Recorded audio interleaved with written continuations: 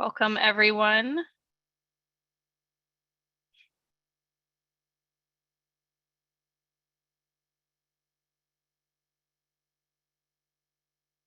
Hope everyone is having a wonderful morning thus far. Welcome to the executive breakfast briefing. I'm going to give everyone a few moments just to get settled and logged into the room, and then we'll get started. We have a jam-packed event for you guys today.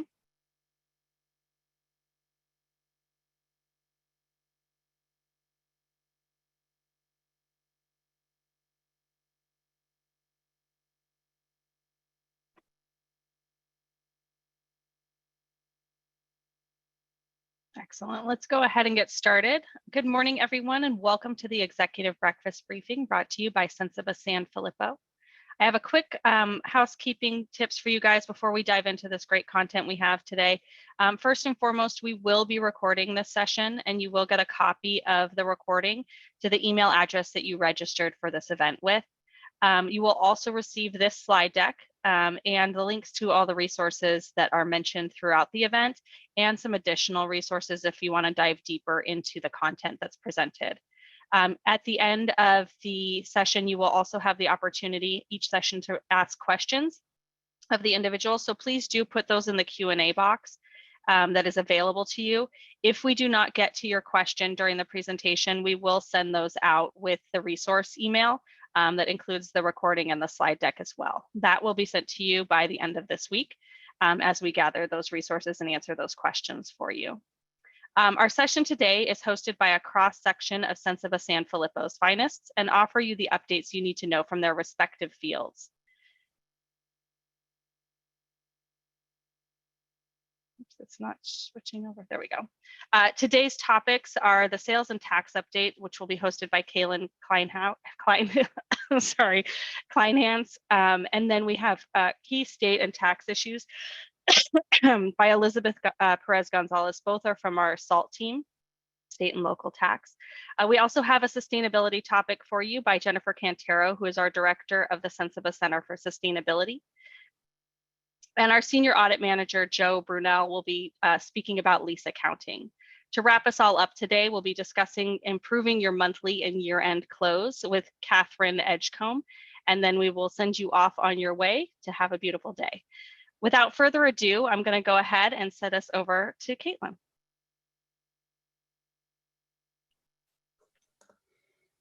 Hi, it's actually me. Oh. Yeah.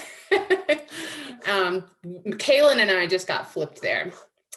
Okay, so today, do I have control of the slides, or are you going to do that? Just give me a cue. Okay. Yeah, today I'm going to talk about a few different issues in sales and use tax. If you want to go to the next slide, I've got my agenda here. Of course, we're going to talk about Wayfair, which is always a topic of conversation when it comes to sales tax, remote employee nexus, how that affects your sales tax obligations, the California manufacturing and R&D exemption, and touching a little bit on the Washington B&O and also specifically the locals. So if you want to go to the next slide. So South Dakota v. Wayfair, like I said, this is kind of always a topic of conversation when it comes to sales tax. These days, it continues to be something that catches remote sellers off guard and is creating kind of nexus headaches for them. As of January 1st, 2023, all 45 states that impose sales tax will have enacted economic nexus rules. Missouri's the last one to come online, like I mentioned, January 1st, 2023.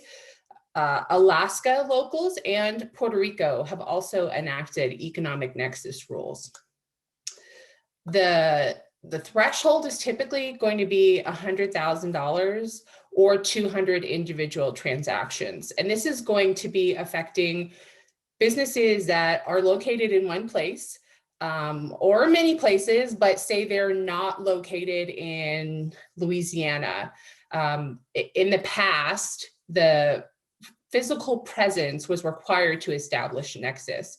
That was really the standard. There was no other way that states could impose nexus. But as you know, e-com really picked up, and online shopping became the thing. States continued to try and impose economic nexus, and South Dakota did so, and Wayfair.com decided to take it up against the state of South Dakota. It went to the Supreme Court and they lost.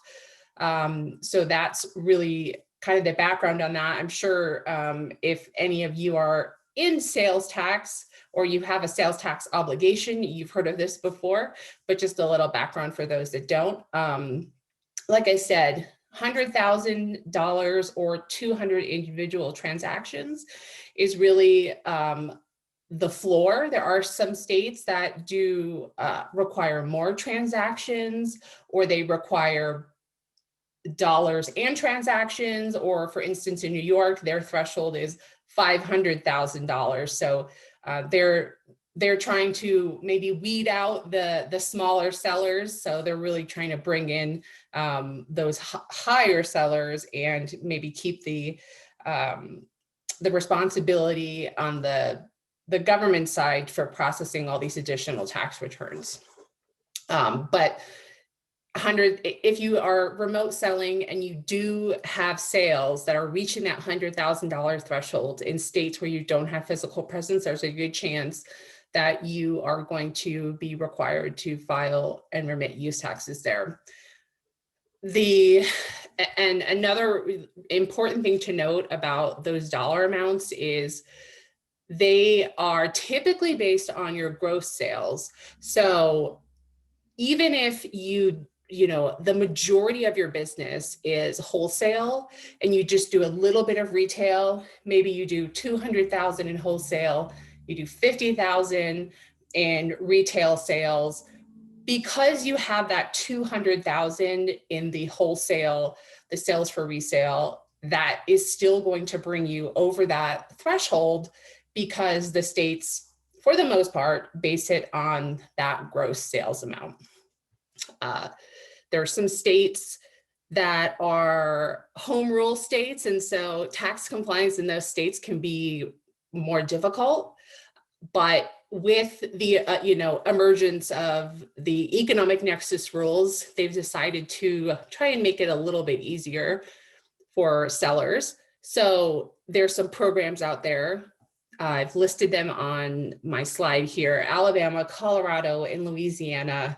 For instance, Alabama, one of those states that has a lot of different taxing jurisdictions. They've got counties, they've got cities, they've got the state, and it can be a lot for remote sellers to keep up with. So they started a program where remote sellers with no physical presence in the state can collect, report, and remit a flat 8%. Seller's use tax is what they call it, and just do the one return into Alabama, collect and remit the 8%, and the state has said, we will figure out how to dole this out. And there are some locations in Alabama where the tax is not 8%, and the state has told buyers in Alabama that it's their responsibility to ask for a refund from the state if they were collected on that 8% flat rate. So really nothing for sellers to do if they want to get in that program and collect that 8%. Colorado is another one with lots of cities that administer their own sales tax. So they created a program called the Sales and Use Tax System, which is a separate system from their normal Colorado DOR filing. And what the SETS system does is it picks up additional home rule cities that are not part of the typical Department of Revenue return. Because in Colorado, when you file a typical DOR return, there are some locals that have signed on with the state and said, pick these up for us and remit them.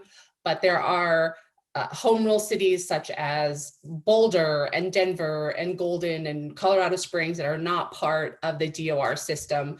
And with the creation of SUTs, what that's doing is taking the onus off of sellers to register in all of those different localities. And because if you're using a system like Shopify or, any of those sales engines, it's very hard. And I actually don't think it's possible for somebody to say, only collect the state rate, only collect the state and city rate in these particular cities. So this system is intended to collect everything that you're collecting and pass it out. So there's also the Louisiana Remote Sellers Portal. This is another home rule state, but if you are a remote seller, this is a single return that will collect all of your state and local taxes. So no need to worry about those home rule jurisdictions and those separate parishes with their own taxes.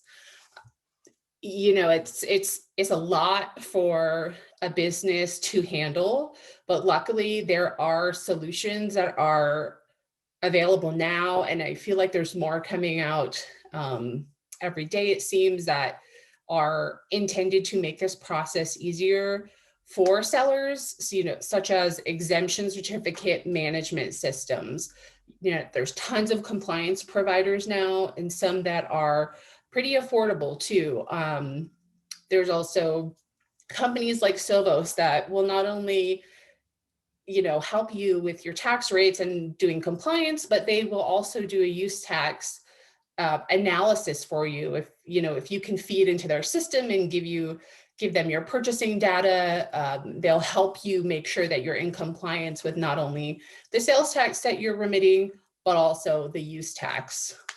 And I think this last bullet point on this slide is a really important point, is, do you even know if you have Nexus? We talk to so many clients that are overwhelmed by this. It's a lot to keep up with and keep track of. So if you aren't sure if you've hit those thresholds and if you need to register in these states, a Nexus study will help uncover where you have Nexus and maybe where you're close and you need to watch, or the states where you've crossed it and maybe you crossed it a year ago, but it will help you decide how you want to move forward. Do you want to go back and do a VDA? Do you want to just file? Do you want to register and file prospectively? It's really important to have that analysis so you can make the right decisions based on how much risk you want to take on. And also updating Nexus studies periodically is important, especially when your business is just getting off the ground, or you've had, an explosion in sales and you're like, I know I did a Nexus study a year ago and I only had Nexus in 7 states, but I feel like we've got more. So it's definitely important to keep those updated as well. And you can go to the next slide, Megan. I'm going to talk about another area of Nexus. This is physical Nexus, but this is really exploded and become an issue just in the past few years, especially with everything that's going on with COVID, of course, companies going remote, letting people work remotely, letting people move wherever they want. So, unlike other state business activity taxes, a state can impose its sales and use tax on a business, even though its operations in that state are unrelated to the sales the business makes to the customer. So even if you have an employee that moves to Washington and they're an accountant, or they're an office, they're an admin, they have nothing to do with creating a market in that state, they will still create Nexus for you. Now, that is not the standard in every state. This is kind of the theme with sales tax is, I can't give one answer for every state. It really depends. But generally speaking, if you have a remote employee that's in the sales function or service function, you can bet they're going to create Nexus for you. Where there may be some gray area, or maybe they're not necessarily going to create Nexus, is when they're not in those functions. States will probably, my feeling is that in the future, states will change that to include employees in any job function, simply because they can. And, it's just a matter of updating statutes and languages and rules. So I would bet that that's going to change in the future. But kind of going back to the last slide, talking about an Nexus study, that's something that can be analyzed as well, is where are your employees? What are they doing? Will they create Nexus for you? That's something that needs to be investigated. The answer is not always a simple yes. Contract workers will also create Nexus as well, referred to as agency Nexus.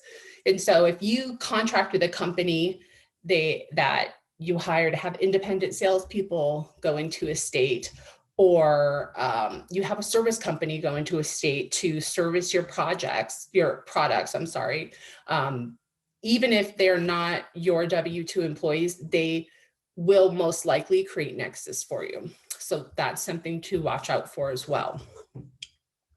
So on the next slide, I'm going to talk about the California manufacturing and R&D partial exemption. This has been around for a while.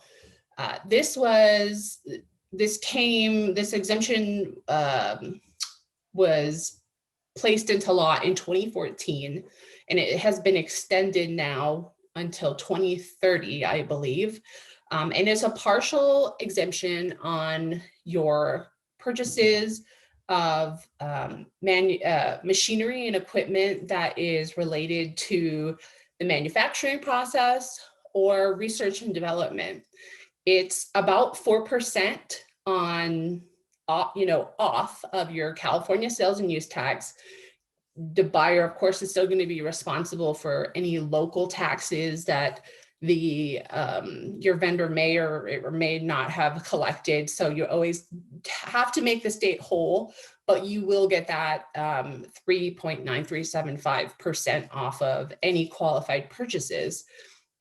There's a couple rules around this exemption. You have to be in certain NAICS codes. Pretty much manufacturing of any kind is covered. And then R&D and the physical engineering, life sciences, and biotechnology. The property has to be qualified, property used in a qualified manner. So that means machinery and equipment, and even computers that are used to control your equipment, it can be subject to the partial exemption. There are some exclusions, such as items that are used in the extraction process, equipment used to store the finished product after the products have finished the manufacturing process, and computers and furniture that have no relation to the manufacturing or R&D process. So, your receptionist computer wouldn't be included in that. On the next slide, if you have made purchases where you feel that you should have gotten the exemption but didn't take it for whatever reason, that overpaid sales tax can be recovered. The statute of limitations in California is 3 years from the time the tax was due. Sales tax refunds have to be requested directly from your supplier. In California, if they want the refund to go to whoever ultimately paid the tax. So in that process, if you purchase something from a California vendor, there's sales tax on invoice, you would go to them and say, I should have used this exemption certificate. I would like this partial refund. They would file a refund claim from the state. They would get the money from the state, and then they would pass it along to you. If you pay use tax, that would come directly from the state. That would be you filing the refund claim. And there's actually a little, I don't want to say a loophole, but in California, when items are shipped from outside of the state, that's actually considered use tax. So even if there is sales tax on the invoice, if you have a vendor who you made purchases from that you want to get this exemption on, you don't necessarily have to go from them go to them if you find out it was shipped from outside of California. So that's a little workaround if you don't want to go directly to the supplier, but of course it does have to be shipped from out of state. So I just have a few minutes left here, but I wanted to talk a little bit about Washington B&O on the next slide. This is something that catches clients off guard sometimes because they're not aware maybe that Washington, in addition to having a sales tax, also has a gross receipts tax. And they call that the business and occupation tax, or we always just refer to it as B&O. And in addition to the state B&O, which is reported on the combined sales tax return, it's an excise tax return, so you would report that in addition to your sales tax. There are local B&O taxes. Seattle, Bellevue, Tacoma, Olympia, they all have their own registration, remittance, and filing requirements for B&O taxes. And there is about 50 cities in Washington that also have their own B&O tax. The B&O tax for service income is determined on using two-factor apportionment. So it's not a flat remittance on what you brought in that city. There's a little more work that would go into that if you are in the service line of work, according to the state of Washington. And to determine what that amount, your taxable amount is going to be, you need sales and payroll data to figure out that two-factor apportionment, and that is something that we're quite familiar with and can help you with if you feel like you might have exposure with these B&O local cities. So definitely something to watch out for, especially in the big cities such as Seattle, Bellevue, Tacoma. They're becoming more aggressive with non-compliant businesses. And yeah, I don't know if there are any questions or if we're going to do that at the end, but I should probably pass to Kaylin next because I want to make sure we stay on time. Yeah, thank you, Elizabeth. So I'm going to talk about some key state issues, also talking about kind of the impact of telecommuting and remote employees. Also, as COVID has kind of changed where people can work remotely, kind of from anywhere, talking about changing your residency from California to kind of another state, as that's been a key issue that we've seen come up with a lot of our clients. And then just some key state trends, and along that kind of line of a trend, talking a little bit about the state pass-through entity taxes, which is a workaround from the $10,000 federal state tax deduction limitation. So that's becoming a trend that we're seeing as well. Next slide. So let's start with kind of telecommuting and remote employees. So in general, we're seeing a lot of businesses still evaluate where they're going to have their offices or if they're going to even have offices anymore, and allowing more employees to work remotely, also hiring employees remotely. The workforce doesn't have to be in the state that they're located anymore. You can kind of hire from anywhere. So that's creating remote employees. For here, while this isn't a tax impact, really the key here is creating policies internally within the company to potentially limit employees only to key states where the company already has state nexus. And this really is to limit the tax compliance burden on the company as well as the tax liability. So, you know, some companies say we can hire anywhere, but then they're not prepared for kind of the fallout of that. The cost of registering for payroll tax purposes, the cost of registering for income tax purposes or gross receipts tax purposes, as well as paying those liabilities. So it's important to make sure that you have evaluated and talked with your tax advisor about where the company has nexus currently and what the implication would be if you were to hire an employee in a state that you're not already doing business. Also, you know, setting policies and communicating to employees about when and how they're to notify the company when they're planning on moving between states. Again, we saw a lot of companies that just didn't have policies that address this because they've always had a workforce in one state, mainly California. And so they just weren't prepared for having policies and procedures set up for having a remote workforce. And so if you can set policies and communicate to your employees, you know, before they decide to move, then you can be a little bit more proactive instead of reactive and make sure you're addressing the implications of their move holistically rather than kind of playing catch up. Next slide. So one of the key things of a remote employee is payroll withholding, making sure that you're registering for payroll in the new state. Registering for payroll withholding purposes is different between the states. They're not consistent. So again, having a payroll person who's maybe only familiar with California may not be the right person to register you in, you know, let's say New York or Texas. And so Texas is a bad example because there's no income tax, but, you know, another state.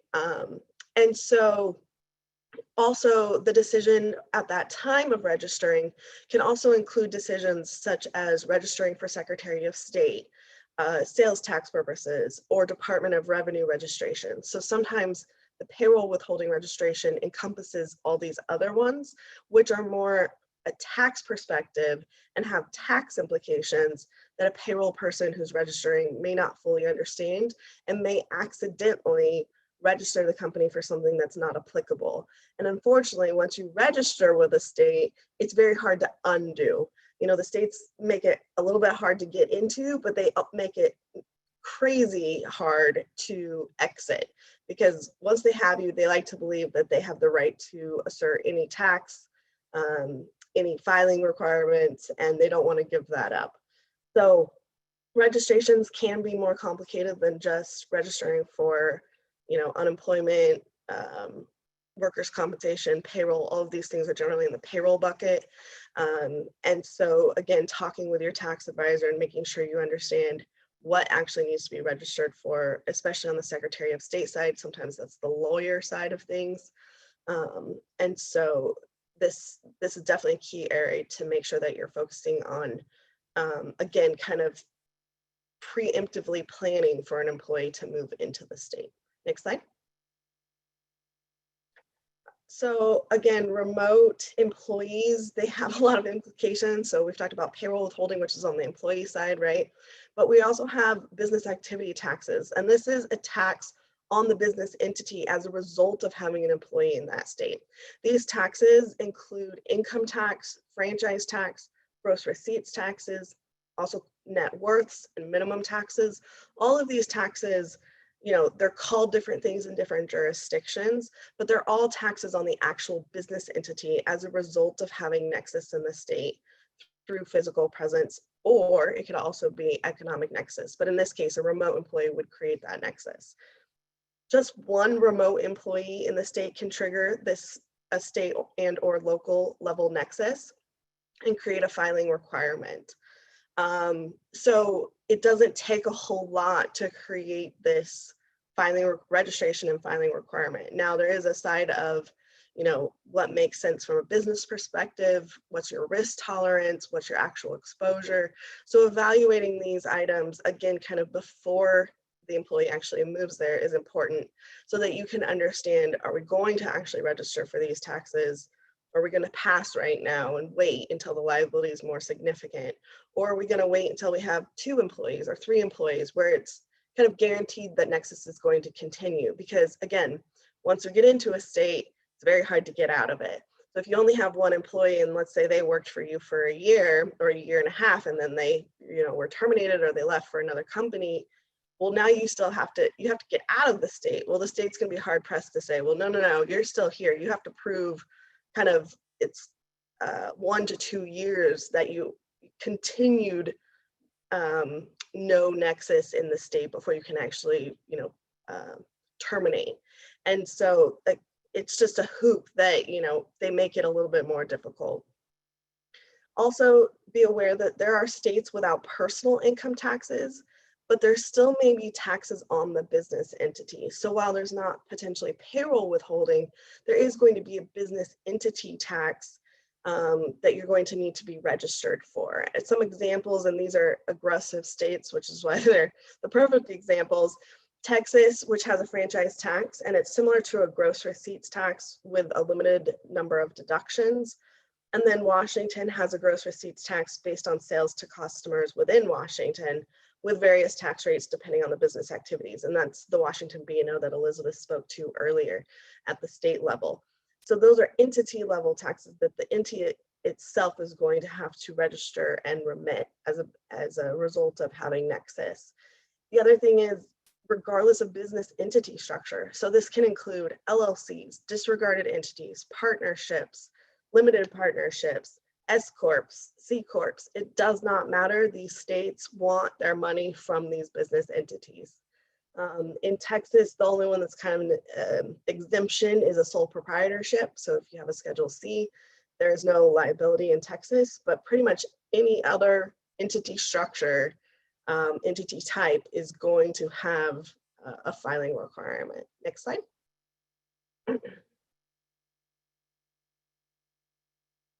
All right, so let's talk about changing residency from California. This is a key area, again, with people being able to work remotely, moving from California, a high tax state, to lower tax states, or really just better life states, right, according to them. I love California, so, but basically, California is aggressive. California does not want to give up their residents because that is tax revenue. So from a California perspective, the rules are really facts and circumstances driven.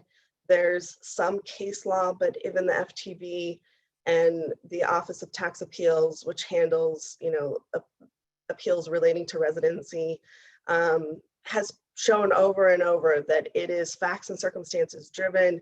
It's very, taxpayer specific, and they like to be overreaching. So, while a taxpayer may say, I absolutely have changed residency from California to another state, California is likely to say, no, you haven't, unless we've seen X, Y, Z.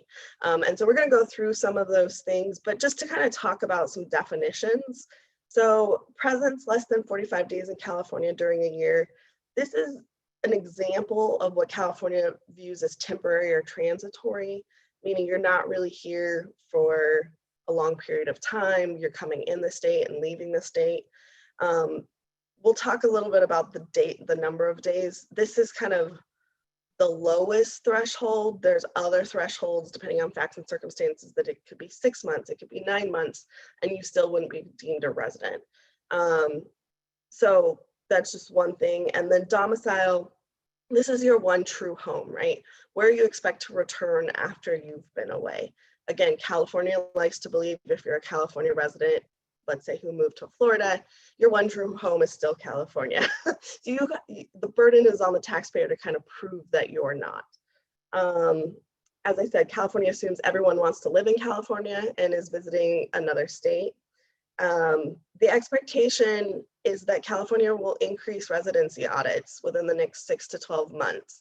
We're seeing this ramp up a little bit already, but definitely the expectation and kind of the word on the street, so to speak, is that as a result of the pandemic, the FTB is really going to start focusing on this area a lot more. So if you've moved from one state to another, or from California to another state, it's really important to make sure that you have your documentation organized, ready to go, and being proactive on that side, your trips documented if you came back into California, when you actually are saying you moved, right? and making sure you're having those conversations with your tax advisor, because your tax returns need to reflect a consistency with what you're saying and what your documentation shows. California historically has been aggressive in alleging domicile for individuals when there are indications the person will return to California. So again, they take these like factors, and we're going to go through a little bit of them. And if your factors kind of indicate that maybe you didn't quite leave California wholly, then you're returning to California. Also, if you have two dwellings, one within and one outside of California, and it cannot be determined which is your domicile, then the domicile remains the first one established. So we'll talk a little bit about what happens if you don't sell your California home, you just buy one in Florida. Excuse me. You buy one in Florida, and maybe you want to keep your California home, and it's going to be your vacation home, right? That doesn't guarantee that you will remain a California resident, but it does make it a little bit more difficult to prove that you're not a California resident in that fact pattern. All right, next slide. So kind of high level, there's 3 levels of establishing a new domicile in a new state.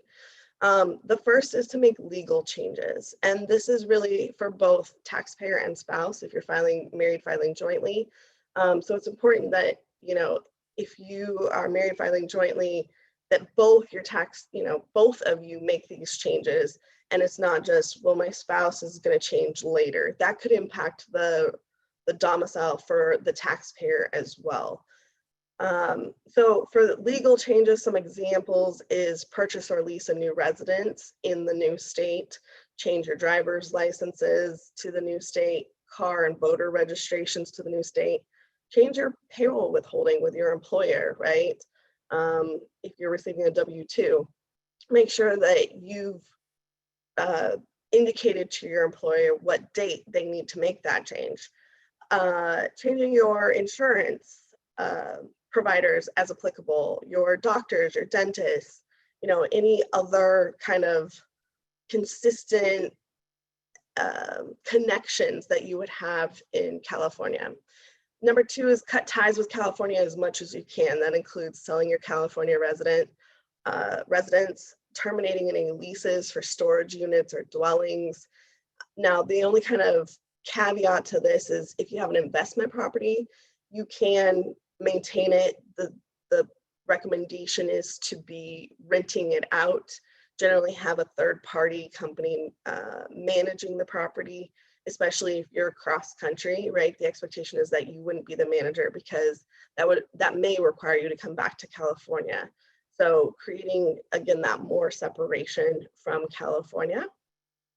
And then create new social connections. I think a lot of times, sometimes people just don't think about this aspect of changing their residency because it takes time to create a new social circle in your new state. But the sooner you can do this and at least sever your social connections in California, which means canceling gym memberships, maybe country club memberships, anything else, social clubs, a racket club, whatnot, maybe your season tickets to the Giants, right? Terminating those, because otherwise you're going to be coming back to California, right? You're not giving up kind of the benefits of being in California. And so the quicker you can sever those and create new ones in your new state is further confirmation that you have terminated your residency in California and begun residency in your new state. Next slide. So for this, we're going to go through this a little quicker, but there was a case in 2003. It's called the Appeal of Stephen D. Bragg. And this is really the first time that we saw the FTB kind of list the factors to consider when evaluating whether a taxpayer has terminated their residency in California or not, and when they terminated it. So there are a lot of factors. They're not all weighted the same. They're not even all necessarily applicable to every taxpayer. But this is a really good kind of comprehensive list of making sure that you can address these, that you have the answers to these questions, again, proactively, before you have a residency audit rather than reactive if you do get a notice of audit. So the first one, obviously, where does the taxpayer own residential real property? Again, this is not necessarily an investment property if you can prove that separation, but rather where your actual home is, right? And it depends on location, size, and value. So this is really key where, again, where are these properties located? Is the size of the home that you sold in California relatively the same size of the new home that you bought, let's say in Florida? If not, you do have to, the FTB has questioned taxpayers and said, why isn't it? Now, a lot of times we see taxpayers who are retiring downsize to smaller homes. That would be a valid example of explaining why your home is smaller in Florida than it is in California. But if you're not retiring and you still acquired a smaller home, or let's say you got a condo instead of a home, you will have to kind of explain why you've got a condo in Florida and an actual real, house with maybe land and more rooms and more square footage in California. That looks like maybe Florida is your vacation home and California is your actual residency. The other thing is, again, with remote work and just kind of family life, we're seeing sometimes that spouse and dependent children reside in a different state. So if they remain in California and you've moved to Florida, again, that's going to become a bigger issue in explaining who actually terminated their residency. So if you can get everyone to kind of move at the same time, that's the goal. Where do they go? Where do dependent children go to school? Are you claiming any property tax exemptions? So there are sometimes property tax exemptions in various states for different reasons, either, not a whole exemption, but a lot of times they're like partial. What do your phone records show? So the FTB has the right to subpoena your phone records and look to see where you're pinging cell towers. So it might seem like, no, they're not going to do that, but they will if they think it's going to be in their benefit. Number of days the taxpayer actually spends in California versus another state, and the purpose of those dates. So again, even if you've terminated your residency, it's important that you document when you came back to California, how long you stayed in California, and why you stayed in California. If it was for visiting family or vacation, that's great. If it's work, that can create some problems. So again, it's be proactive in this documentation. And if you haven't been proactive, really work on trying to get this information together now. Next slide.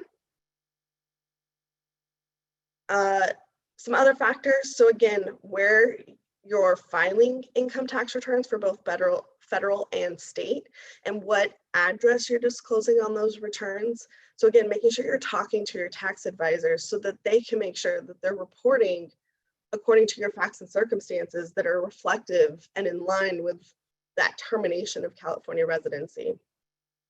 Also, location of your business and personal bank accounts. So obviously with national banks, it's, you're not saying, terminate with Bank of America. What I'm saying here is that if you have a local branch or a local bank that's, or a credit union that's specific to California, those are the ones that you should be terminating and creating a new account in your new state at a similar kind of institution. Also, where are you doing ATM withdrawals? Again, the FTB has the right to subpoena this information, unfortunately. So if you're always pulling cash out in California, that's going to show that you've been in California, even though you're saying you've been in Florida. Also, the origin point of your checking account and credit card transactions. Similar thing, as I said, with the ATM. Where you maintain those social relationships that we previously talked about, where your vehicle's registered, and when did you register them in the state, right? When did you make that change? And are all vehicles registered in the new state? Or did you keep vehicles in California, registered in California, sitting at your house still, that's not rented out? California's gonna say you never changed domicile in that fact pattern. So again, it's really important to make sure you move your vehicles to the new state. Also, your driver's license, getting it moved to the new state. We've talked about these in the previous slides, where you're registered to vote, and your voting participation history, right? So if you were registered in California and consistently voted in California and then moved to Florida, registered, but then stopped voting, that could also be a factor that California is going to be like, well, you're not really invested in Florida, right? You still kind of are, you know, you were more interested in California. So not to say that these are, again, end all be alls, but cumulatively is where the FTB is going to make a decision. Next slide. Oops, sorry, I've got some pop-ups on my side. And then also, where do you as a taxpayer receive professional services, right? Where are you getting your haircut? Where are you getting, you know, services done for, you know, maybe the spa or something else, right? If you're always coming back here for doctors or something else, then again, did you really leave California? No, potentially not. And then who are you working for and where are you physically working? And is there any requirement for you to come back to California to work? Have you made your changes to your payroll withholding, right?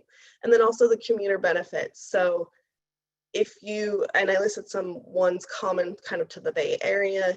So if you have these and you've terminated, you know, you've moved to a new state, well, you shouldn't need these benefits anymore. So you want to make sure that those are terminated in line with when you actually left the state.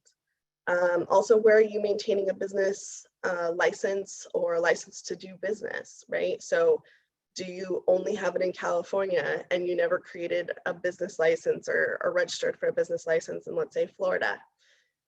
Where are you maintaining your professional licensures, right? So again, is it only in California or did you also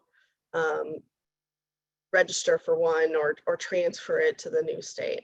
And then where are you holding investment property and assets? And then really, how are they managed, right? Again, creating or using a third-party management company is key here, and making sure that you have no reason to kind of show up and be on site for those properties so that they can truly be passive investments. And interesting enough, the last factor is the FTB wants to hear third-party testimony about your residency. So finding people to say, yes, they kept coming back to California, you know, or no, they really have stayed outside of California. So, you know, these are a lot of factors. And so there's a lot of things that the FTB can use in their benefit if you're not prepared correctly to address these issues. So if you've changed your residency, make sure you're talking to your tax advisor in advance. Next slide. All right, so here I've said goodbye, California, right?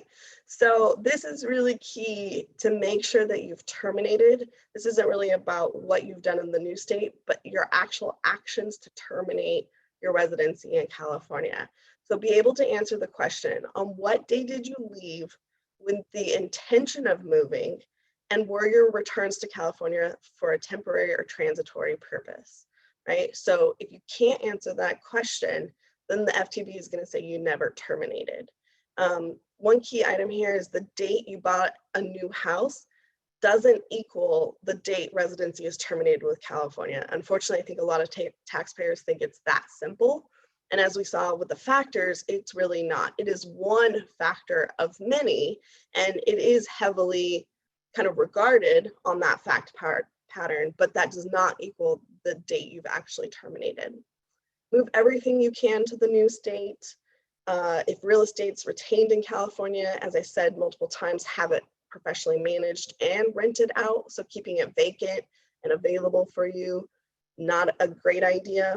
If California business location is maintained, work remotely, and significantly limit your presence in California for work purposes, right? So really try to avoid coming back here.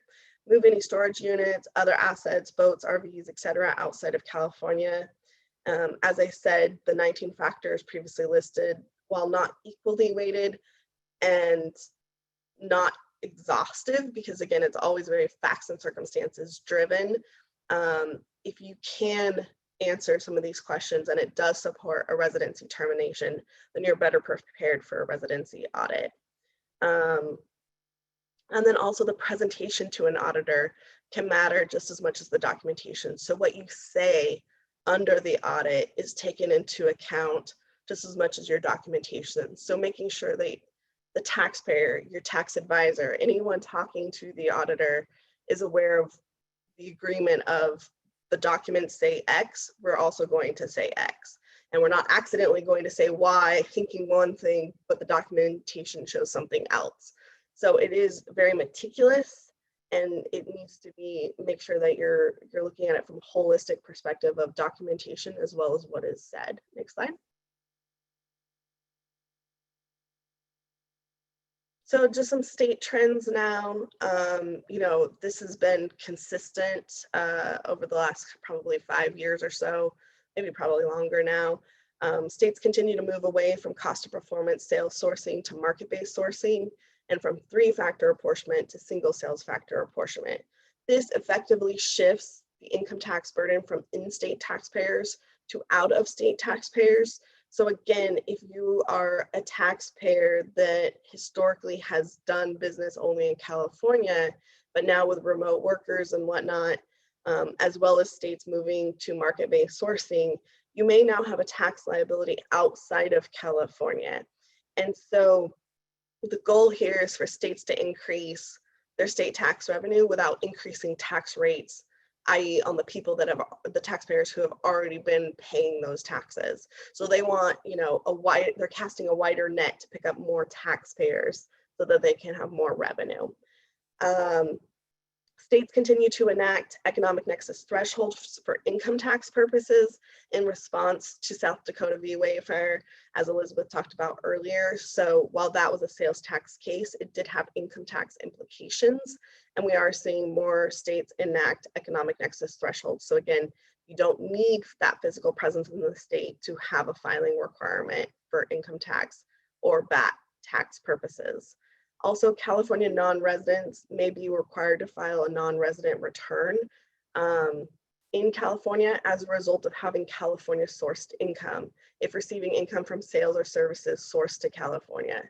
So in this example, this would be, you know, maybe a single member LLC who the, you know, owner and maybe the only person working, let's say they don't have employees, moved from California to Nevada, but they're still providing services to California-based customers. Well, in that case, that LLC is still doing business in California, and that income still may be subject to California's taxes. So in this case of a single member LLC, that flows through on and is reported on the individual's tax return.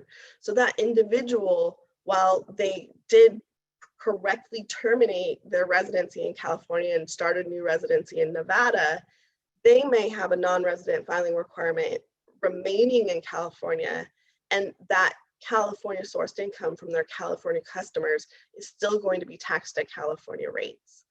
So something to keep in mind. Again, we're seeing a lot more of this as people have changed residency, especially with, you know, pass-through entities, single member LLCs, sole proprietorships.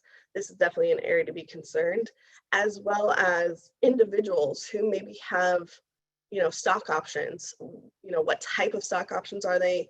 When did you vest? When did you exercise? And when did you sell? Can all have implications on where those stock sales are actually taxable. And unfortunately, some of them remain taxable in California, even if you have effectively terminated your California residency and started a new residency in another state. Next slide. Gross receipts taxes is a trend, unfortunately, that we've seen uptick from the pandemic. State legislators, they like gross receipts taxes. It guarantees that even if there's a recession, that they're receiving tax revenues, because a lost company is still going to have a tax liability with a gross receipts tax versus, you know, companies that or versus income taxes where companies who, you know, only have net profits will pay the tax. So state legislators like this, but this is really anti-business. This has long been said from a business perspective. This is really hard to continue doing business if you're a lost company, but you're always still going to have a tax liability. So this is kind of unfortunate that as a result of the pandemic, potentially our foreboding recession coming, that gross receipts taxes may continue to grow and entities may be subject to taxes even though they're in losses. There are major cities in California, Oregon, and Washington that have city level gross receipts taxes, which can be, unfortunately, quite large liabilities. And this can really create an exposure for taxpayers because they're not aware of these local level taxes. A lot of times we talk about the state level taxes, but in California, you know, we have San Francisco and Los Angeles, and I say surrounding neighborhoods because LA likes to believe it's not just LA. It includes Hollywood and you know, West Hollywood and other places, that Northridge, and there's all these other places within LA, you know, that are neighborhoods that are not referenced necessarily as Los Angeles on the, you know, mailing address, that are included in this Los Angeles gross receipts tax. And again, these are entity level gross receipts taxes. Also in Oregon, we have Portland and the Portland metro area. And Portland, again, is trying to help with the homelessness issues and health services. And that's where we're seeing them try to pass these types of taxes. Next slide. Pass-through entity taxes. This is just a list for your reference of the states that have enacted a pass-through entity tax. A pass-through entity tax is a tax that is a workaround that $10,000 federal tax deduction limitation. So until that is repealed, these taxes are a workaround. Each state is different, unique.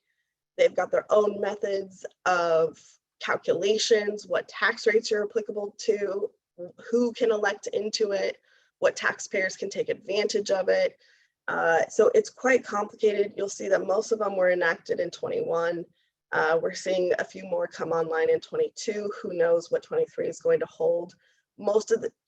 I think most, if not all of the states will automatically be repealed if the $10,000 federal tax, state and local tax deduction is repealed. So this all goes away if that federal law changes. Also, a number of them have effective dates that are only for a number of years. So California, for example, only goes through 2025. What happens after 2025 if that federal limitation is still there? Who knows? We'll figure that out later, I guess. Next slide.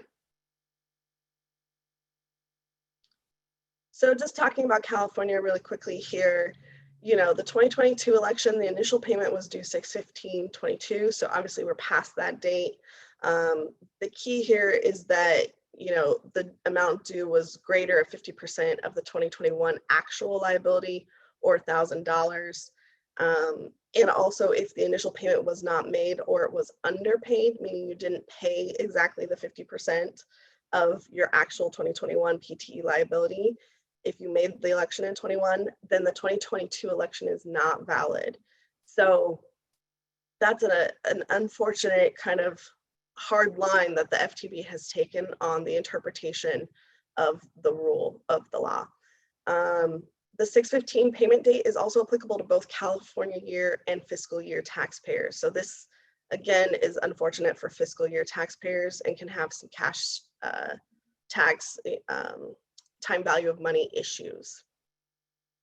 Also, there's still some technical issues that are being worked out with the California PTE, specifically how the California PTE credit is applied to taxpayers who have elected into it, and the other state tax credit utilization ordering rules.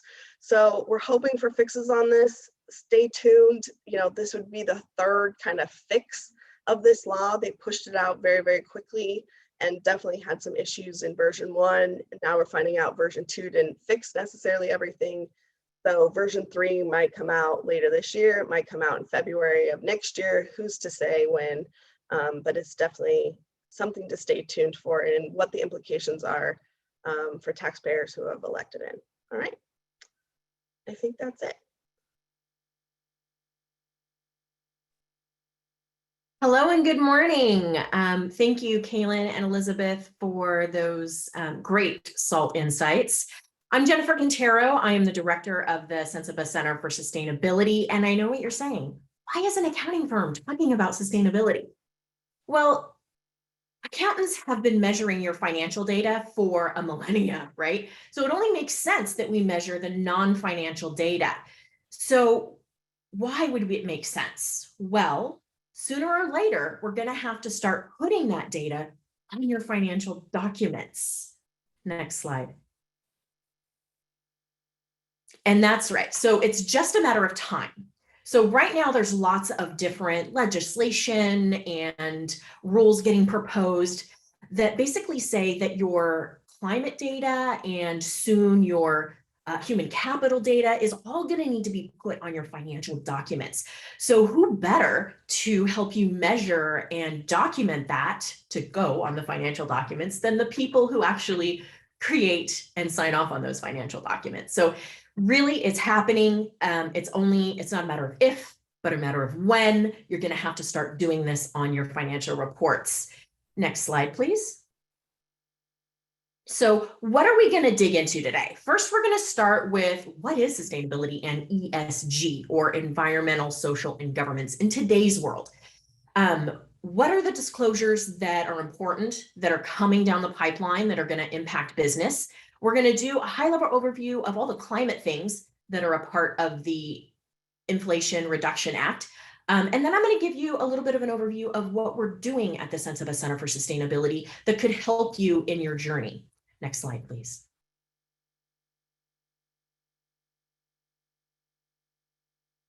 So what is sustainability and ESG, or environmental, social, and governance, in today's world? When most people think about ESG and sustainability, they think about the definition kind of 50 years ago when the EPA came out and we had Earth Day. And, you know, that was great. It's a lot of environmental aspects, but just as everything else has evolved over the last 50 years, the definition for sustainability ESG has too. So it now is so many different things that it can get a little confusing. But the United Nations a few years ago came out with the 17 SDGs. Next slide. These SDGs help bucket what all the things are that are covered under the sustainability and ESG umbrella.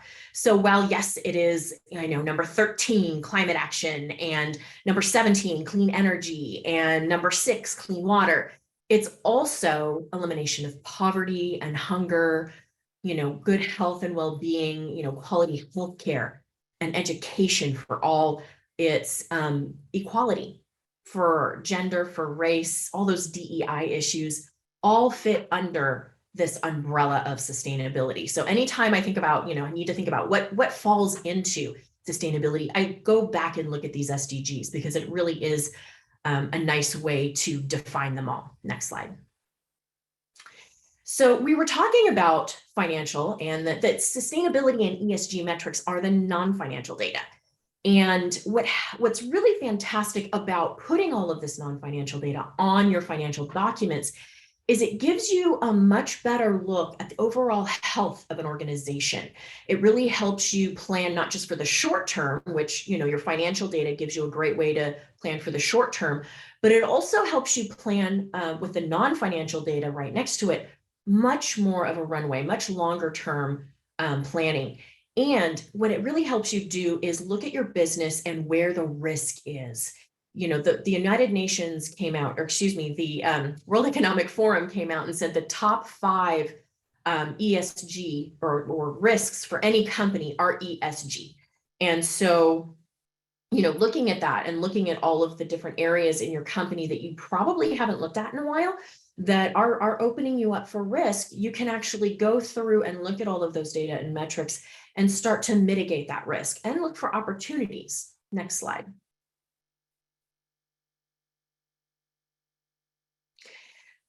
Whoop, need to go back one. There we go. So what helps you measure all of that data are the ESG frameworks. And there's a lot of them out there. You know, over the years, you know, it's kind of a little bit of a wild west in the framework department, but a lot of them have come together and started to merge. For instance, you know, the SASB and the integrated reporting came together to make, the value foundation, which now will roll up into a new organization, which we'll talk about in just a minute. TCFD has been around for a while. A lot of public companies do that. CDP is something that gives you a nice score. Climate Disclosure Project gives you a nice score. A lot of retail companies will use that so that they can go into, a Nordstrom's and be able to show off their sustainability. And then there is my favorite and my specialty, which is B Corp certification, which is a fantastic framework. It's free to download and use. And it really does look at all of the things and is audited by B Lab, which is a certifying body. So you actually have your data audited by a third party. So it really holds true for the high level of accountability and transparency. Next slide. So we've had some exciting developments in the ESG sustainability space, particularly in the accounting world. Next slide. So we have the International Sustainability Standards Board, or ISSB. And I first created this, and it's so new, it's not even a year old yet. It was just created back in November. And it now will oversee all of the sustainability things in accounting. And the SASB report and the IR report and the Climate Disclosure Standard Board now all rolls up into the ISSB.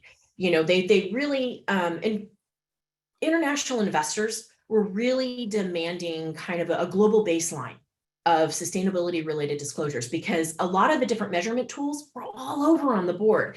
It's almost like if you were to have your own FICO score and you go to one agency and it says 800 and another agency will say 400, how are you supposed to get a car loan, right? When it's all over the place. And that's what a lot of these different standards were doing. And so now that things are rolling up and they're becoming closer and closer related, we're starting to get a little bit more standardization. And ISSB is really going to be in charge of that, which is going to help those international investors really get the accuracy and transparency that they're looking for. Now, in addition to the ISSB, next slide, please. The SEC has come out with some proposed rules, and you may have heard about this in the news. And it's for public companies, but privately held companies, stay with me because this is gonna impact you as well. So public companies are being charged with including their climate disclosures, all of that climate data on their financial reports, right? And climate data has 3 scopes. If you could click, please. So you've got the first 2, 1 and 2, that are pretty much direct. So that is going to be anything that is like your electricity, or maybe your vehicles that you own for the company and the gas that it's using there. This is direct, anything that is directly your company. But where the small and medium-sized companies, privately held companies come into play is that indirect, or scope 3, which is all about the supply chain. And it's kind of the kitchen sink. So basically you have scopes 1 and 2, and then everything else gets dumped into scope 3. So click, please. So the small and medium-sized companies are part of the public company's supply chain.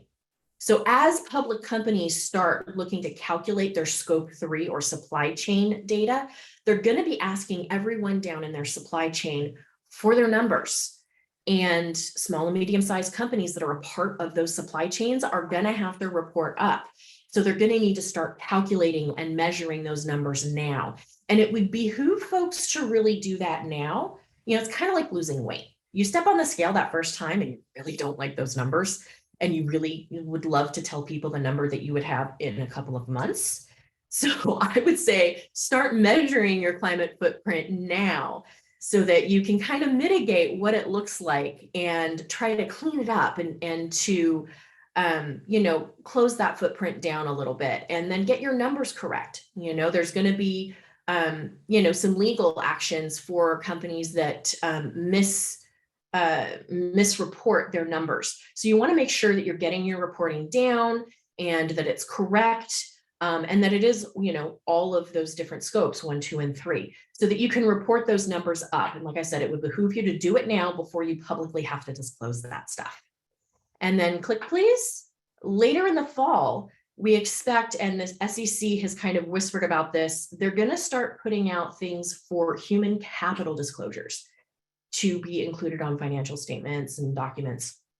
So we don't have the exact metrics on what that would be, but think of things like attrition rate, diversity numbers, pay gap analysis things, stuff of that nature. So, you've got your financial statements, which is your G, you're going to have your human capital statements, which is your S, and you're going to have your climate disclosures, which is your E, ESG. So your financial reporting is going to be much more holistic in nature, and really give a really fantastic view of your company and the overall health of your company, more than just the finances alone.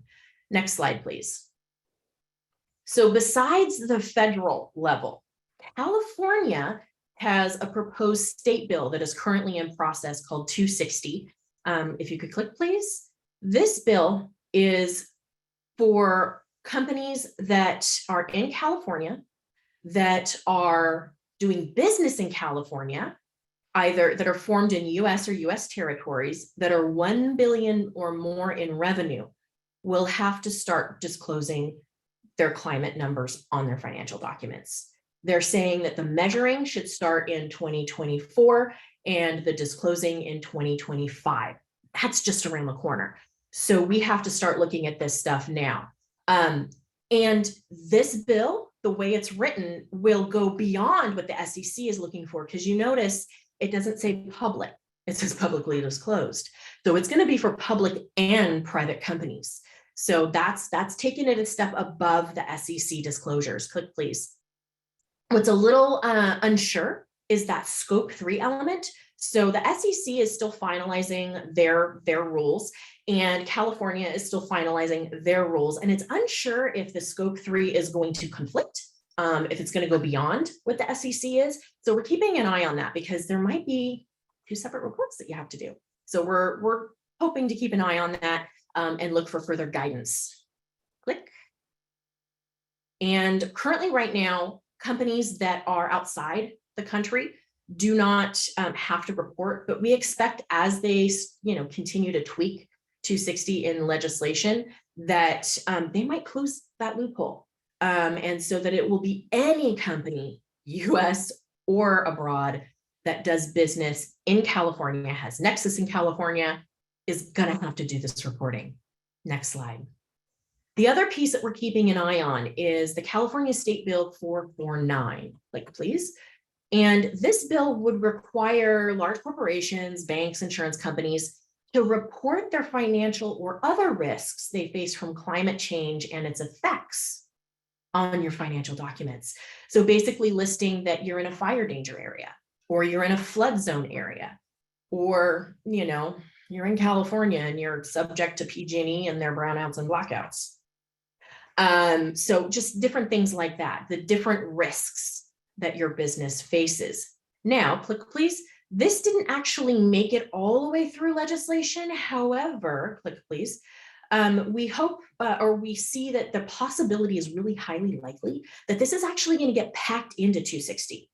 So that would even take 260 well above the SEC ruling, because now we've got just the climate data, it's public and private, and you have to put all of these risk disclosures in there, and the impacts of climate change on your business. So this definitely, think of California very much in the same way as, the Data Security Acts, the California Protection Act that came out, that was data security that, California put in place, and all the other states kind of followed suit.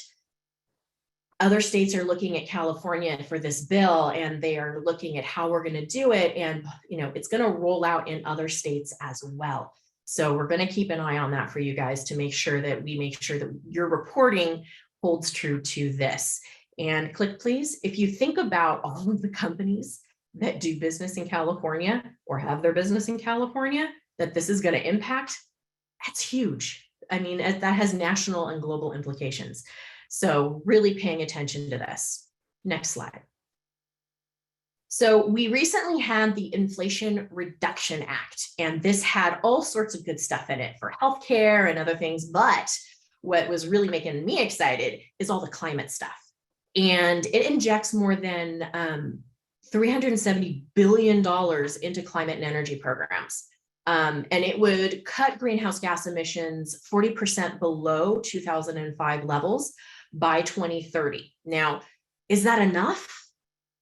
Not really. But is it an aggressive first step? Yeah, it is. It's an aggressive first step. We're going to probably be doing more, but for right now, this is a great first step. And, they're going to put $60 billion into accelerate the domestic production. So, bringing jobs back here for building solar panels, for building wind turbines, to build battery packs, which I'm excited there's going to be news about battery packs, as well as some of the minerals, the precious minerals that we need to, the critical minerals, I should say, that we need for building all of these solar panels and batteries and things. So this is a really great to support the demand that hopefully this IRA Act will help build. Next slide, please. So for homeowners, there's some great news. So if you are looking to replace your heating system in your home, you can install a heat pump that can both heat and cool your home. You get $8,000 back. You have if you just do a water heater, you get $1,700 back, a little over $1,700. So there's really great rebates to help do some of these improvements. And a lot of these improvements will, folks live in older houses, they're going to need to upgrade the electrical panels, so they have a rebate for that. They're going to have to upgrade some of the wiring, so they have a rebate for that. They're really helping homeowners look at their home and get all of that infrastructure updated. Even insulating and sealing your house, there is a rebate for that. So, and what's exciting is this includes battery systems for both the homeowners and the businesses, which we'll talk about in a second. But the battery systems, and for homes, it's at least 3 kilowatt hours of capacity. It is really fantastic to put a battery system in your home. For instance, if you've got solar on your roof and the battery system, because that's going to help you for those rolling brownouts and blackouts, kind of keep the essential things in your home going. As well as you can use it to help mitigate those surge prices that PG&E has at certain hours of the day. So, you can set it so that it automatically switches over during certain hours of the day to help mitigate that, which will bring your energy bills way down. So that's really exciting. Next slide, please. The other thing is that the solar panel rebate is been revived, right? It was starting to sunset and starting to go away by 2024, but it's gotten a re-injection of life, and it's a 30% credit for installation of your solar panels, and extends through 2034. So that's fantastic. Anything put into service after 2032, the tax credit would decline to 26%. So it starts to sunset out again. But we don't know, they might bring it back. Tax credits for, you're saying, Jennifer, I don't own a home. There's tax credits for folks who purchase electric vehicles. So, and what's fantastic about this is it really does help the average person, purchase an electric vehicle, because they've historically been really expensive. So you could, $7,500 back for purchase of a new vehicle. For low to middle income families who purchase a used EV, you get $4,000 back. So I think this really makes electric vehicles more accessible. Next slide, please. So businesses, there's a lot of stuff that's come out for businesses, a lot of installing of, just using renewable energy, using solar, anything that you can do to really mitigate your use of electricity. They're going to have tax credits for this. And go ahead, next slide, please. I'm just going to kind of graze over some of this. I packed it all into these slides, which you're going to get a copy of these slides. Some of these are a little bit of an art chart because I wanted to make sure you all had this for every bit of this information, but I really don't have time to go through everything. But for businesses, you're going to get tax credits and rebates for putting solar on your facility. You can do it on your roof. You can do it as carports. You know, you are going to get rebates for battery systems. You know, once again, businesses putting battery systems in can help you run your essential production, you know, putting larger battery systems in, which is quite doable now. You can run your business, you know, on a probably more limited capacity, but continue to run your business and not completely shut down or completely have your refrigeration go out and lose all of your product or your ingredients, right? And it's quicker to switch over. I know a lot of folks have generators, and a lot of folks don't maintain those generators properly. So they go to use them and find out they can't get it to turn on. Solar, it's a flick of a switch and you just go right into your solar battery. And once again, you can help use it every day to mitigate those surges in electricity prices to really help reduce your electricity bill overall. Next slide, please. So lots of great credits, advanced manufacturing particular. So anybody who's doing production and sale of the components for solar, wind, and storage products, batteries, critical minerals, you guys are going to get a lot of great stuff. So next slide, please. So, yep, zero waste emission. Oh, and I put a link in here. So if you want to dig even deeper, you can go in and dig deeper into all of these different things. But there's going to be, like I said, a lot of great credits for you know, zero emissions and solar and implementing battery systems. So there we go. Next slide, please. So how's this all going to get paid for? So a lot of great stuff, but how's it getting all paid for? So there's going to be substantial tax increases, mostly on large corporations, establishing a 15% corporate minimum tax. There's going to be a 1% tax on corporate stock buybacks beginning in 2023. And then they're going to add on an additional $800 billion to put into the IRS to really bulk up the agency's enforcement arm, to really crack down on those wealthy corporations and tax evaders, so that they can estimatedly get 124 billion back over the next decade. So that's how they're planning to pay for this. And you know, it's particularly for those corporations, it's $1 billion or more in revenue that 15% is going to hit. And between the disclosing of your climate data being 1 billion over in revenue and doing the 15% tax increase, it's going to get very dicey in the finance department. So go ahead and reach out for help. We are here to help support you in this transition. Next slide, please. So sustainability, as you can see, is going to be the next biggest disruptor in business.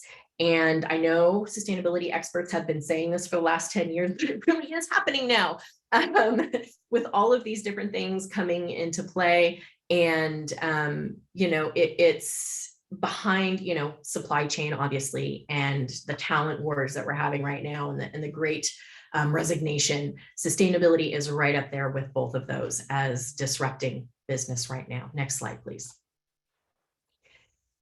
So how can we help you? So we launched the Sensiba Center for Sustainability back at the end of 2020, and it started with just a few services, but now we have a whole host of different things. Next slide, please. So we have a basic approach where we help you assess, act, and articulate. It's a three-phased approach to really, you know, get into all the different pieces that a company needs to basically implement and clean up and report and articulate is a very important piece. Next slide, please. So first we start with the basic assess. This is the number one thing that a lot of companies forget. They set their goals. They're saying, yeah, we want to do this and we want to, you know, cut our reduction by this percentage by 2030.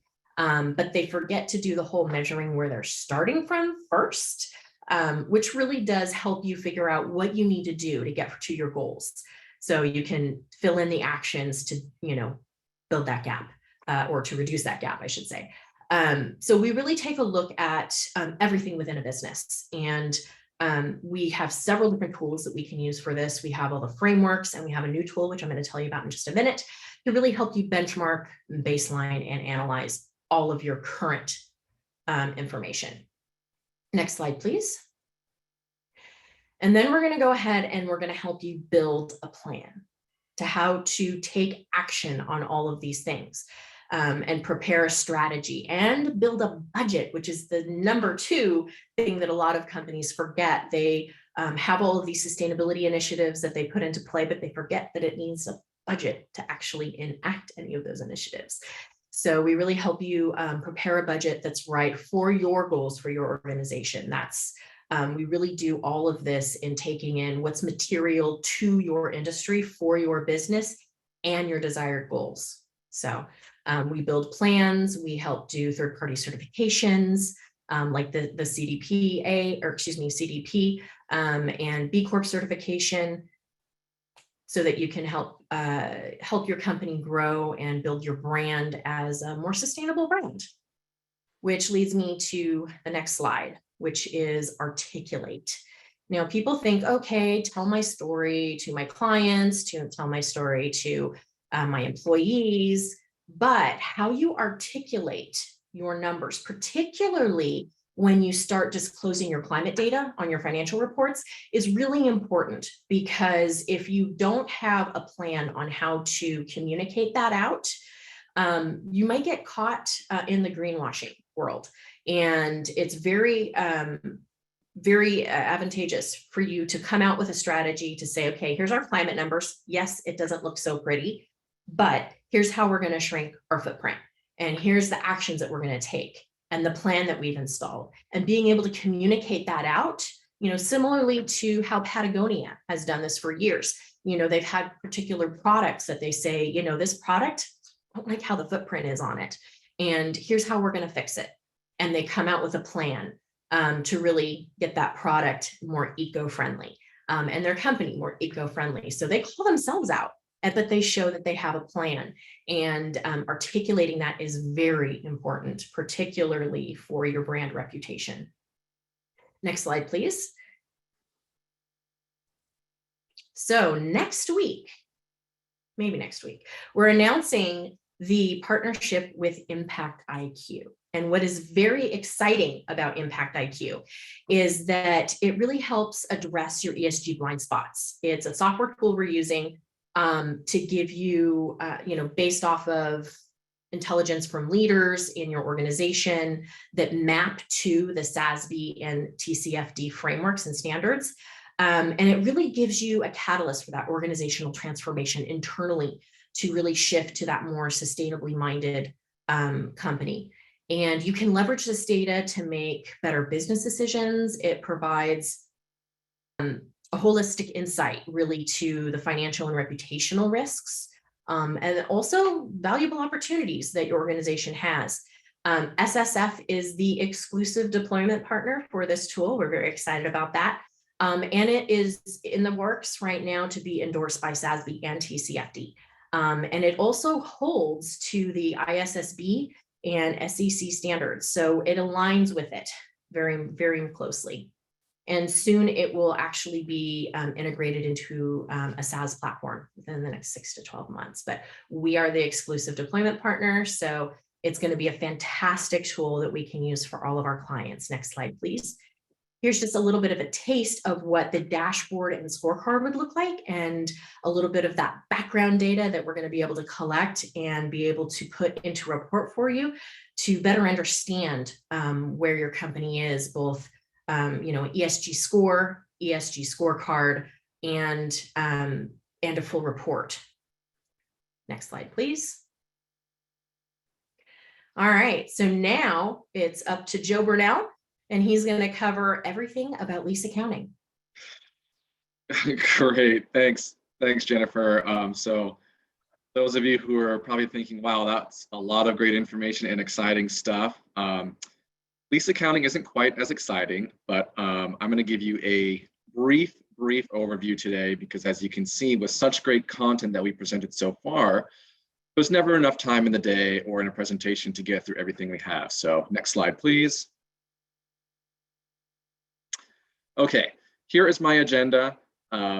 Again, I'm going to kind of rip through some of these topics here because I have a lot of content in these slides, and I'll have some links and information for you at the end of this where you can get a huge resource of information on this topic that we have already set up for you. So let's just dive right into the next slide, please. Okay, in terms of effective date, the effective date is now for private companies. This was effective all the way back starting January 1, 2019 for public companies. It's finally catching up to the private companies. And the biggest change you're going to see with this new standard is bringing operating leases onto the balance sheet. Historically, those were just disclosed in your financial statements and what the liability was in the future. Now those are all going to be brought onto the balance sheet. So that's the biggest change. And I get a lot of comments from my clients right now that say, well, hey, Joe, let's talk about this in February 2023 when we do the audit or the review. And I say, that's not a good idea.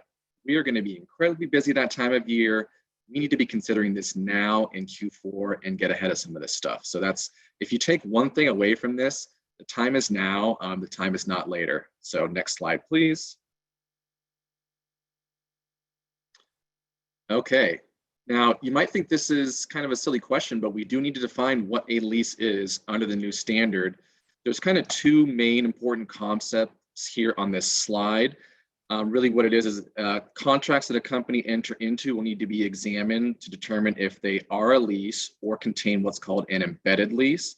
That typically happens a lot with some IT service contracts. There needs to be a physical asset in the contract, and a lessee must have the right to control the use of that underlying asset. Here we have control as being defined as you can take substantially all the economic benefits from the asset through the lease term and also direct the use of that asset.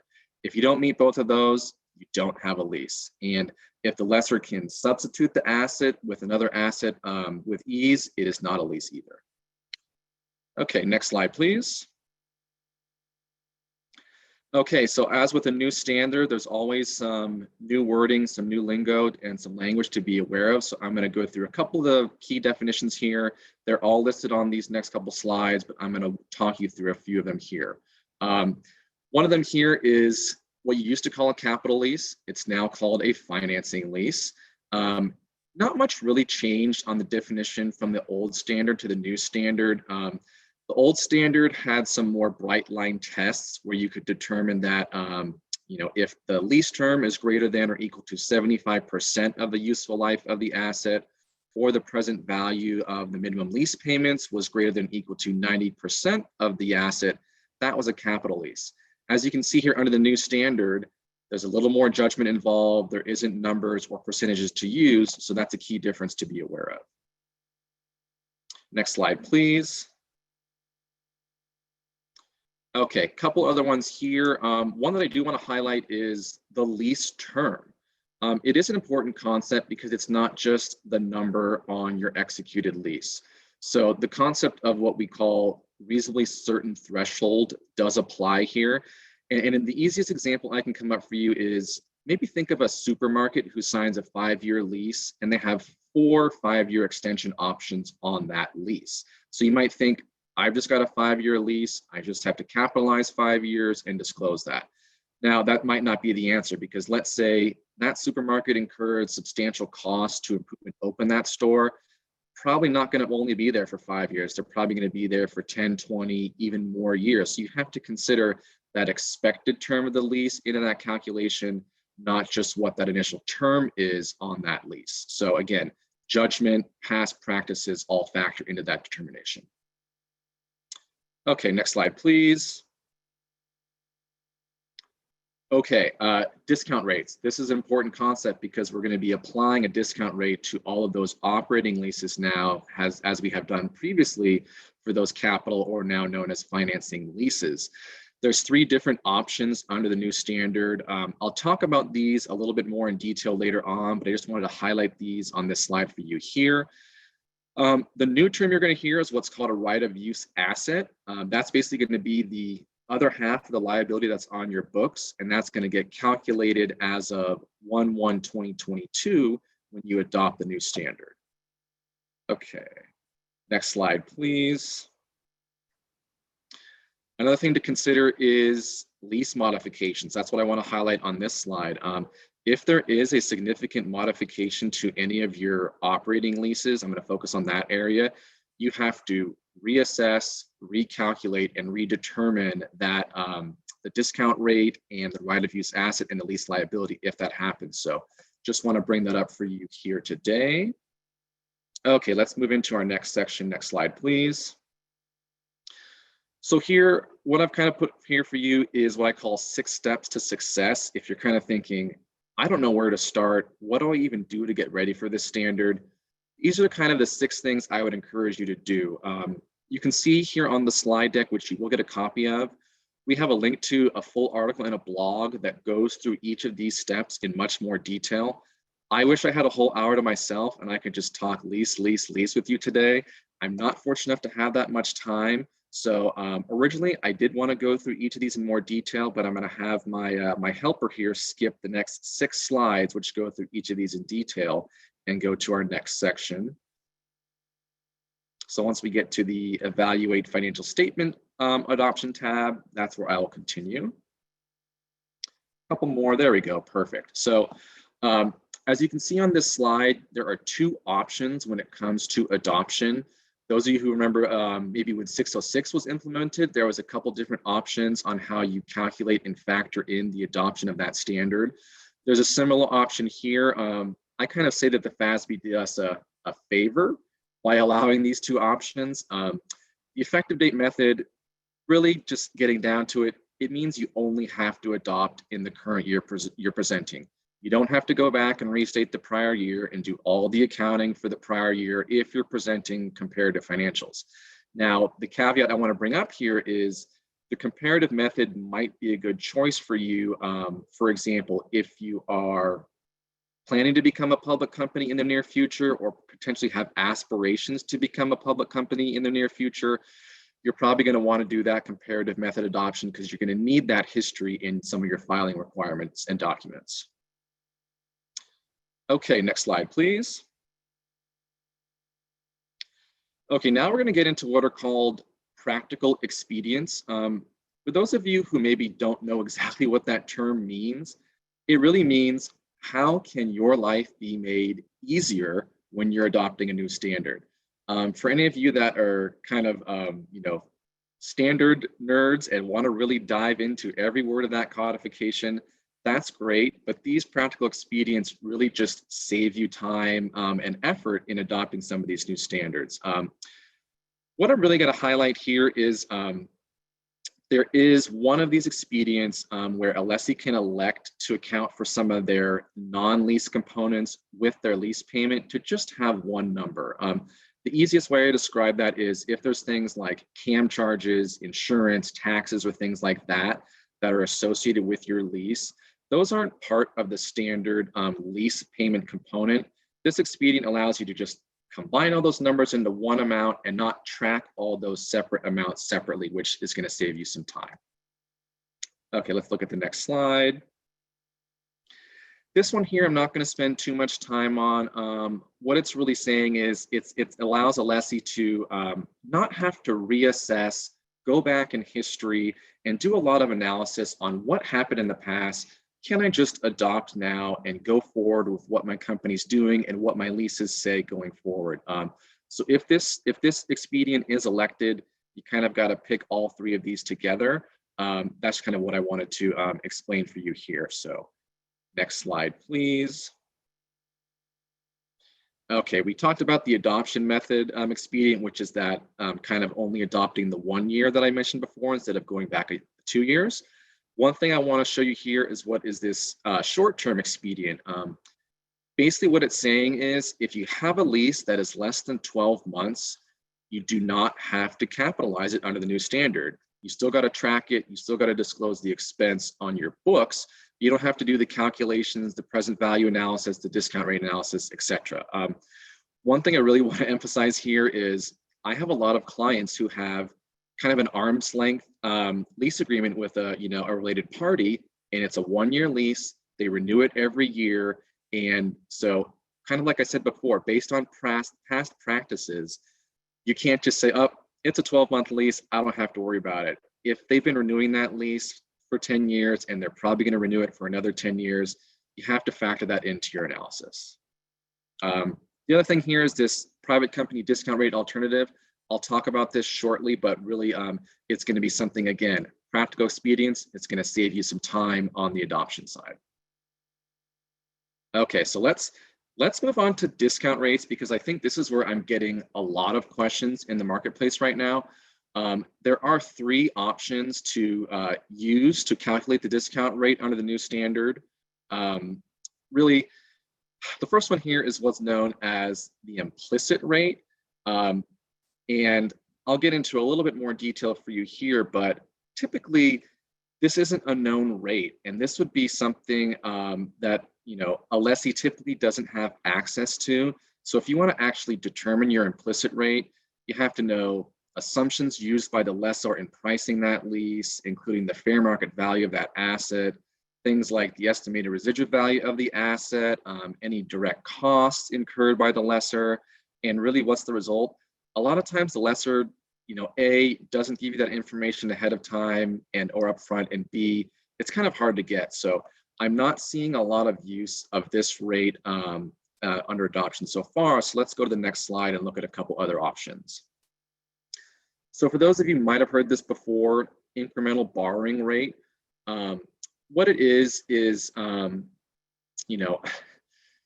basically coming up with a rate that would be, similar to if you had to borrow money to pay for what you're leasing. That's kind of the easiest way I try to explain it here. And what I have here is a couple myths for you on what people might ask. Oh, can I do this for my IBR? Saying, oh, well, I have a line of credit with this rate. I'm going to use that rate for all my leases. You can't do things like that. So just wanted to present this idea to you here briefly. Let's go into the next slide, because I'm going to get into this a little more detail if you're calculating it yourself. So kind of as I alluded to before, here are some examples of what you can use to calculate your incremental borrowing rate, rate on existing debt. And kind of what I wanted to, have a caveat there is, just like I said before, the rate on your line of credit isn't going to be the same rate if you had an equipment lease or something like that. So there needs to be some analysis and time put into, and probably even almost working with your bank if you wanted to determine this IBR for all of the leases you have out there. Other things could be, borrowing rates of similar entities. I'm not seeing this in, the private sector for any companies. And again, an actual rate quoted by a lender.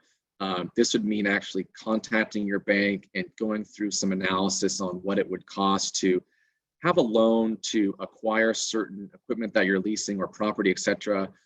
Again, companies are using this in the marketplace. It takes a lot of time, effort, and judgment. And what I really want to highlight here for you is what's called this risk-free rate alternative.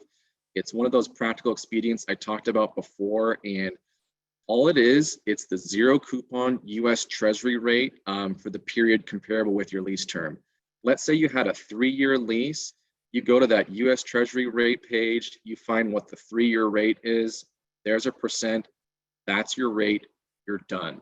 There's no judgment. There's no analysis. There's no questioning it. So a lot of clients I'm seeing are really using this, this expedient in election to use that risk-free rate. Now, the one thing I do want to stress here is that's typically going to be the lowest rate of all 3 of these rates that I've listed here for you today. So what does that mean? Lowest rate, that's going to mean I'm going to have a higher liability actually on my balance sheet. So you kind of do want to consider that factor if you have a large lease portfolio, and changing some of those liabilities on your books could affect covenants, ratios, things like that, which brings me to my next point. Hey, have a 15-minute conversation with your banker, talk about this new standard, see if they're aware of it, and discuss what ramifications, if any, could potentially have on any of your covenants, things like that.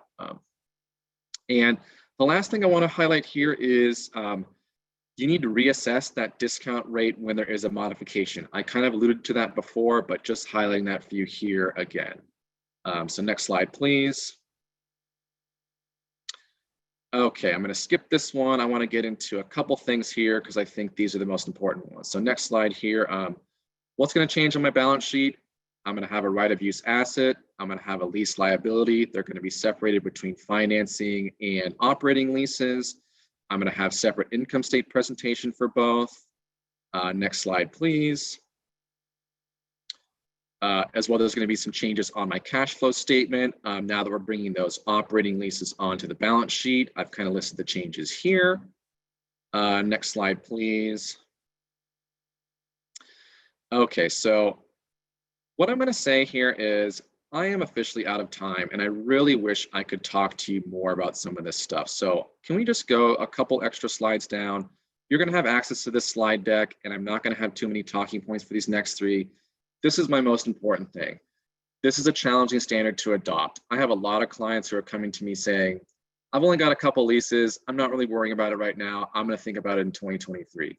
That is not the right answer. For clients I've seen adopt this already, it can be very laborious to calculate everything in Excel, track it yourself.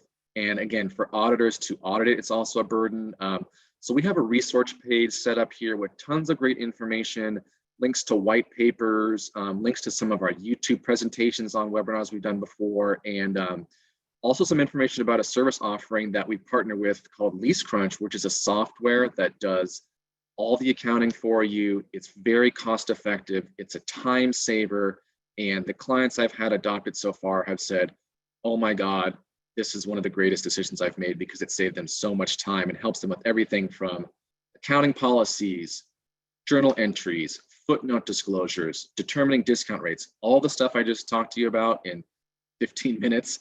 It really saves you some time. So that's where I'm going to end. And please reach out with any questions if you have them. Thank you.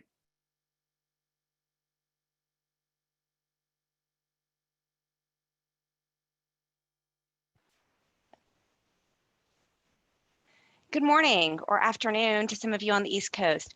My name is Catherine Edgecombe, and I'm the Client Accounting Services Practice Leader. I'm meeting with you today from Atlanta, Georgia. We're a national practice which allows us to hire the best talent to serve our clients, regardless of location. In Client Accounting Services, we do everything from one-off special projects like implementing new technologies or helping companies get caught up on reconciliations to assisting with process documentations to full outsourced accounting services for companies across the United States. Most companies struggle with their close. So today I'm excited to share with you a few ways to help you improve your close process. I'll try to keep it brief because I know that we're a bit short on time. Next slide, please. This time of year, the outsourced accounting group starts to turn our attention to the rapidly approaching calendar year end, and we start to plan for everything that needs to happen over the next several months and into early 2023. We think this is a great time for companies to do the same. It may seem a little early to start prepping for a calendar year end when we're still sitting in August, but we're operating in an environment where it's not back to business as usual. So we encourage everyone to start prepping a little earlier than in the past. Whether you're an owner or an employee, you can start this prep by thinking about your close process and how things went last year. Were there any stumbling blocks along the way? Ask yourself, what do we need to do to prepare for year-end tax planning or an upcoming financial audit? Think about your resources. Does your team have any bandwidth to take on additional tasks, or are they already at capacity? Realistically, how quickly and how accurately are you closing your books? And lastly, if someone on your team left, would your team be able to meet your close deadlines and goals? Okay, I know that was a lot of questions and in fairly rapid succession. So let's think about some of them and start to narrow them down and discuss a few action steps. One thing that we suggest is to set up an internal planning meeting early in Q4 and start to prepare for the coming months. Discuss all the questions that we just reflected on, and then dive into your team's challenges and what can be done to reduce the pain points. Oftentimes, just the thought of changing your close process may seem extremely overwhelming, but small adjustments and the way that things are done can have a big impact on how your company navigates through the month end or even the year-end process. Next slide, please. Over the next few slides, I'm going to share with you some of the lessons that the outsourced accounting group has learned from the past couple of years, as we've all navigated through a pandemic and then moved to what may be a post-pandemic world. At least that's where I hope that we're going. But one thing's for certain, our world has changed, and we don't see the work world going back to the way it was anytime soon. If the outsourced accounting group had to rank the top things that we hear from companies that we engage with, they would be these. Our systems are a bit old, but they still work. We've heard about the cloud, but we're not sure it's for our company. We're behind on our close and our reconciliation processes. And lastly, someone has left rather unexpectedly, and we're not 100% sure what exactly they've been doing, and we certainly are not able to recover from their leaving. So if any of this sounds familiar, which it probably does, there's really three main items: systems, process documentation, and staffing. And they're all tied together and they all impact each other. So let's dive a bit deeper into each one of these, starting with software. Next slide, please. There's still an overwhelming number of companies that are utilizing on-premise software. This means any system that operates on a local machine. If you have to physically be in front of the machine or dial into one specific machine in order to use the software, then that's an on-premise software system. One common example is QuickBooks Desktop. So investing in basic systems that are cloud-based like QuickBooks Online or Sage Intacct can have a significant impact on a company's ability to operate efficiently and effectively in today's environment. From a staffing perspective, the concept of being remote is not going away anytime soon. And the past couple of years have taught us that we don't need to be on site to complete all of our work. But moving to cloud-based software has benefits that far, far exceed working from anywhere. So we'll start to talk about those next. From an efficiency standpoint, these newer cloud-based technologies integrate better with other resources. For example, banking platforms, bill pay services, payroll systems, inventory management, and POS systems. Cloud-based systems can talk back and forth in real time. This significantly reduces the amount of human touch that's needed to get work completed. And when you reduce the old school keying in of data, you reduce the number of manual errors and you speed up your close process, something that we all want to do. I do want to quickly address cost. Cloud-based softwares may cost more on a monthly basis, and they may cost more for an implementation than an on-premise system, but they will reduce your file storage needs and transform the way that your finance function operates. So you'll be able to get more done with less resources. I've outlined a few reasons that moving to cloud-based software would improve your close process, but if you're still looking for additional reasons, it's much easier to share your financials with your tax experts or other outsourced support versus having to download a copy of your accounting file, upload it, send it to your tax experts. And it can definitely make it easier and faster, potentially, for your tax team to navigate your financials since it would all be online. And finally, the last reason I want to bring up today is that many of the software companies are sunsetting their older systems or desktop versions and are discontinuing tech support for these softwares over the next few years. So unfortunately, you may be forced to make a move to cloud-based software, whether you want to or not. So our team is suggesting that you make the move at a more convenient time when it works for you and your company, not when the system expires. To sum up the benefits of cloud-based software, in today's environment, you just have to be flexible to succeed. When you're evaluating a system transition and looking at ROI related to systems, you have to consider more than just system costs. You also need to weigh the impact on staffing, as well as the potential to save money on manual errors, storage needs, tax prep, and tech support in the future. Okay, that was a really quick summary of software. So let's move on to the second lesson that we've learned, documenting processes. The reality is that you can have great systems, you can have the best systems, but if your people don't know how to use them, or they don't have clear directions on your close process, you can still find your financial records falling into disarray. And documentation's not new. We've always recommended that companies invest time and money into having their employees document the who, the what, the how, the why, and the where. But these days, documentation is even more important than ever. We often hear from new clients that they don't have their policies or procedures documented because it just takes too much time. And it does. It does take a good amount of time, but there's definite value in it. We'll move on to staffing in a minute. But the reality is that people leave companies. They leave, and when they leave, they take their knowledge with them. So we highly encourage your company to document your close process so that the knowledge stays within the company.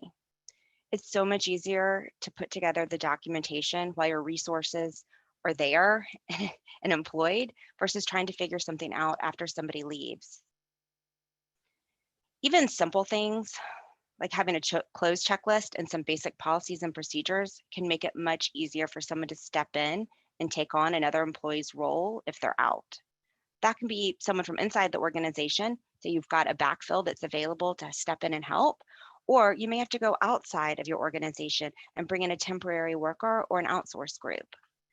Whether this backfill and this resource is on a temporary basis or is a full new hire, documented processes allows for a much faster initial training. It also allows for cross-training and for contingency plans to be quickly executed.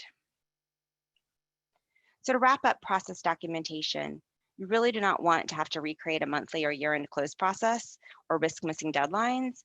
So I highly suggest prioritizing getting your processes documented this fall. It'll help save you time, money, and hopefully some stress in the long run. Let's move on to staffing, which is our third lesson. Staffing should be a concern for all companies. The Great Resignation is real. Prior to the pandemic, it was hard enough to find qualified accounting resources, and it's not getting any easier. And the trends that we're seeing are showing that this is going to be a continual issue moving forward. It's getting more challenging and more expensive to hire and train new employees.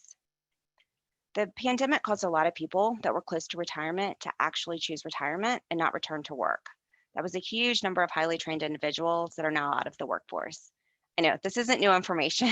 You guys all know this, you've all heard this. But we're also seeing a decline in the number of accounting students that are going through programs and that are actually going on to get certified. This trend started several years ago and is holding true today. So we really are in the middle of a perfect storm of staffing issues. We're also seeing more unplanned absences in this environment.